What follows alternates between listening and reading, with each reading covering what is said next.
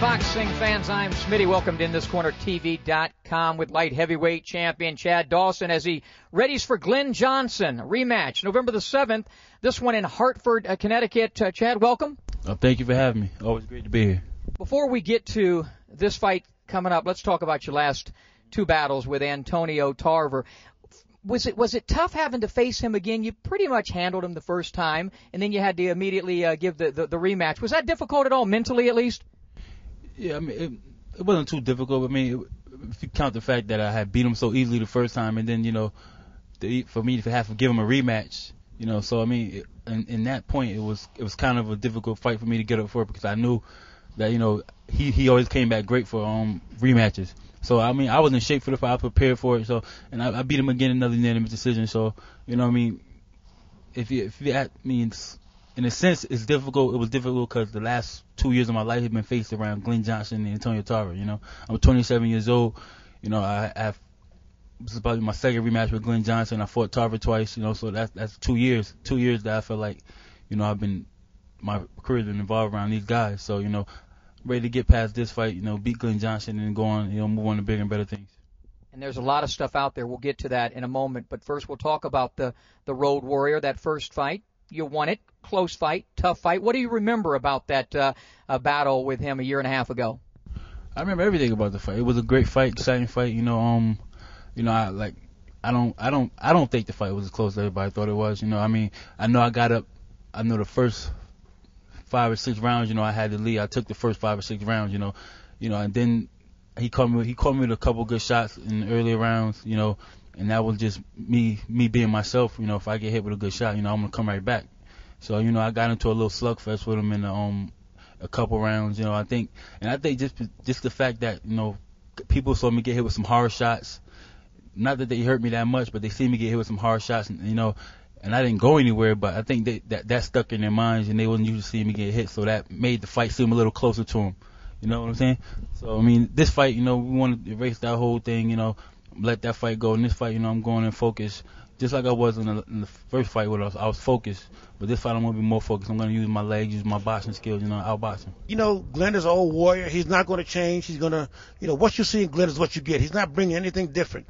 So with Chad, like you said, he's a work in progress, and he's learning every day. The last fight with Glen Johnson, it brought Chad to another level, knowing that he can hang in there with those guys. And Glenn is another 2 years older, and 2 years slower. And while my guy is 2 years stronger, and two more years experience-wise. I know you don't want to look beyond this fight, but there's a lot of good stuff out there for you. Showtime has their Super 6 super middleweight tournament. Those guys are out there. There's Pavlik out there, and Williams, and Bernard Hopkins, and perhaps a Roy Jones. I mean, I think you're in a really good position right now. Yeah, I mean, I think I'm in an excellent position too.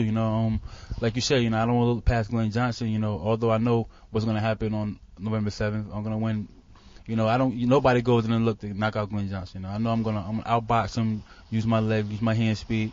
And then after that, whatever April brings to the table, I'll be ready for it. 28-0, 17 KOs. I still think he's a work in progress. I still think he can improve as a fighter. What are you doing to make him improve? Well, you're 100% right, because every time he steps into the gym, we work on different situations, and he's improving every day. I mean, we have a great time at the gym, working, showing him to hit and not get hit, because that's the name of the game, and showing him balance, how to sit down on his punches and get his balance correct, because everything starts with balance. Once we get the balance together, everything else is natural. I'm sort of old school. You got an old school trainer in Eddie, who, the light heavyweight division right now, I think you can't really move up to heavyweight. Those guys are too big. Cruiserweight perhaps, but I think, no? You can go up to heavyweight. Okay, well, we'll get to that then. But I just think being a dominant light heavyweight is something that's pretty damn important. Yeah. I mean, I definitely want to be dominant for the next couple years at the division. Either whether I go up or go down, it doesn't matter. Any division I'm in, I want to be dominant. You know what I'm saying? So, you know, if I go down or I go up, cruiserweight, heavyweight, doesn't matter. You know, I want to be dominant. I'm going to continue to work hard like I've been doing for the last 4 or 5 years, and, you know, and just, you know, continue to be successful. Well, you can kind of watch and see how David Haye does against Valuev to get it. But you stopped me there for a moment, or you tried to. It's hard to stop, Smitty, isn't it? Why do you think that you could go up and challenge heavyweights today? Because they're so big. Yeah, they are so big, but they're also so slow. You know, I watched the Klitschko and the other heavyweight. I watched that fight. You know, they're slow. Arreola. I mean, the guys, they're slow. Not taking nothing away from Arreola. Arreola, he's a great fighter. He's a big puncher. You know, and I mean, he fought a hell of a fight. I mean, I felt like he was overmatched and oversized. So I mean, it was pretty much easy for Klitschko to maneuver around him and use his size and, you know, his arm reach, you know, and do whatever he wanted with him. So, I mean, heavyweights are slow. A lot of them aren't even in shape. So, I mean, I think that I could put the muscle on. I mean, I got the height, I got the reach. So, I mean, heavyweights definitely not out of the question. Maybe I didn't consider the height because I've never had that luxury of having the height. Where do you think you rank in the pound for pound status right now?